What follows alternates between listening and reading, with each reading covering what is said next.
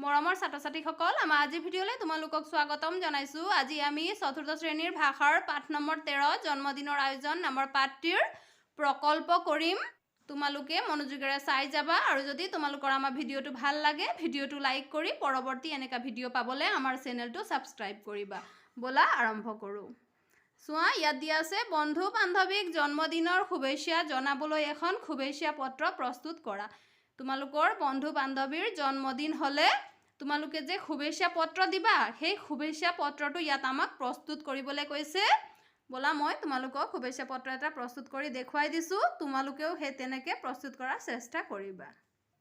চোৱা, তোমালোকে তোমালোকৰ বহীত প্ৰথমতে প্ৰকল্প বুলি লিখি প্ৰকল্পৰ প্ৰশ্নটো লিখি ল'বা। ইয়াত চোৱা, মই প্ৰশ্নটো লিখিছোঁ।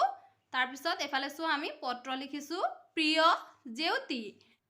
ইয়াত মই প্ৰিয় জেউতি বুলি লিখিছোঁ। তোমালোকে তোমালোকৰ বন্ধু বা বান্ধৱীৰ নাম ইয়াত লিখিবা। আমি চিঠি ক'ৰ পৰা লিখিছোঁ সেয়া লিখিছোঁ আৰু চিঠি লিখা তাৰিখটো ইয়াত আমি লিখিছোঁ। প্ৰিয় জেউতি, পোন প্ৰথমে মোৰ হিয়া ভৰা মৰম আৰু জন্মদিনৰ শুভেচ্ছা গ্ৰহণ কৰিবা। আজি তোমাৰ জন্মদিনৰ দিনাখন ঈশ্বৰক প্ৰাৰ্থনা কৰিছোঁ যে তোমাক সদায় সুস্থ মন আৰু সুস্থ শৰীৰৰ গৰাকী কৰি ৰাখে। পঢ়া শুনাৰ ক্ষেত্ৰতো তুমি বহু আগবাঢ়ি যোৱা। খুৰাৰ হাতত চিঠিখনৰ লগতে আমাৰ ঘৰত থকা নাহৰ গছৰ পুলি এটা দি পঠাইছোঁ।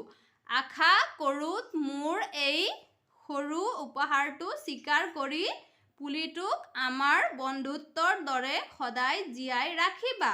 তাৰে কামনাৰে তোমাৰ বান্ধৱী পৰিণীতা। মৰমৰ ছাত্ৰ-ছাত্ৰীসকল, আমি এয়া শুভেচ্ছা পত্ৰ লিখিলোঁ।